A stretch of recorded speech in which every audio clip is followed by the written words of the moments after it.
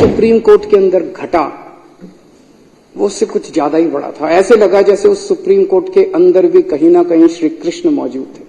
ऐसे लगा जैसे वहां सुप्रीम कोर्ट के अंदर भी भगवान मौजूद थे।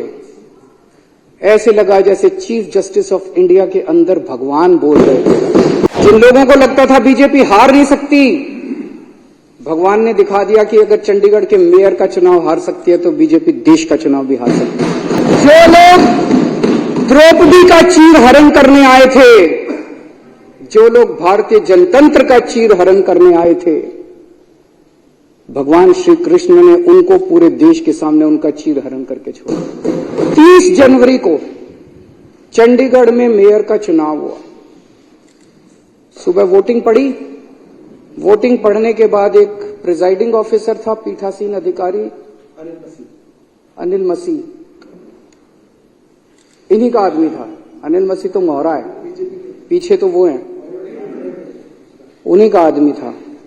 उस दिन इन लोगों ने तय किया कि आज उस हॉल के अंदर द्रौपदी का चीर हरण करेंगे। उन लोगों ने, इन कौरवों ने तय किया कि आज हम जनतंत्र का, भारतीय जनतंत्र का चीर हरण करेंगे। पूरी प्लानिंग करके आए थे। उसने तय किया कि मैं असली वोटों के ऊपर उनको ठप्पे मार मार के, डिफेस कर करके उनको इनवैलिड घोषित कर दूंगा और हारे हुए को जिता दूंगा। अब वहां पे श्री कृष्ण जी पहुंच गए द्रौपदी का चीर हरण रोकने के लिए। उस कमरे में दिखाई नहीं दिए किसी को, दृश्य थे, लेकिन थे वहां पे। आप लोगों ने अगर वीडियो में देखा हो, वीडियो में वहां जितने बीजेपी वाले मौजूद थे सारे कह रहे हैं कैमरे ऑफ करो, कैमरे। देखिए आपने वीडियो, सारे चिल्ला रहे हैं कैमरे ऑफ करो, कैमरे ऑफ करो। कैमरे ऑफ क्यों नहीं हुए?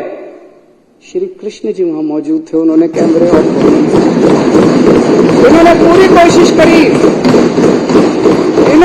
कोशिश करी कैमरे ऑफ करने की। उस दिन कैमरे ऑफ नहीं हुए। ये कोई संयोग नहीं है, ये ऊपर वाले का इशारा है, ऊपर वाले का हस्तक्षेप। इतनी बड़ी दुनिया की सबसे बड़ी पार्टी जो पूरे दुनिया के अंदर, हम तो सबसे बड़ी पार्टी, सबसे बड़ी पार्टी को 5 मिनट के अंदर भगवान ने पूरे देश के सामने बेनकाब कर दिया। जो लोग द्रौपदी का चीर हरण करने आए थे, जो लोग भारतीय जनतंत्र का चीर हरण करने आए थे, भगवान श्री कृष्ण ने उनको पूरे देश के सामने उनका चीर हरण करके छोड़ा। और अध्यक्ष महोदय, उसके बाद की जो घटनाक्रम है, जिस तरह से सुप्रीम कोर्ट के अंदर ये मामला चला, हम लोग अदालतों को मंदिर की तरह मानते हैं। न्याय देना भगवान का काम है, न्याय भगवान देता है। इसलिए जज को भगवान का, जब जज अपनी कुर्सी पे बैठ के फैसले सुनाता है तो कहा जाता है कि एक तरह से भगवान फैसला सुना रहा है। लेकिन कल जो कुछ सुप्रीम कोर्ट के अंदर घटा वो उससे कुछ ज्यादा ही बड़ा था। ऐसे लगा जैसे उस सुप्रीम कोर्ट के अंदर भी कहीं ना कहीं श्री कृष्ण मौजूद थे। ऐसे लगा जैसे वहां सुप्रीम कोर्ट के अंदर भी भगवान मौजूद थे। ऐसे लगा जैसे चीफ जस्टिस ऑफ इंडिया के अंदर भगवान बोल रहे थे।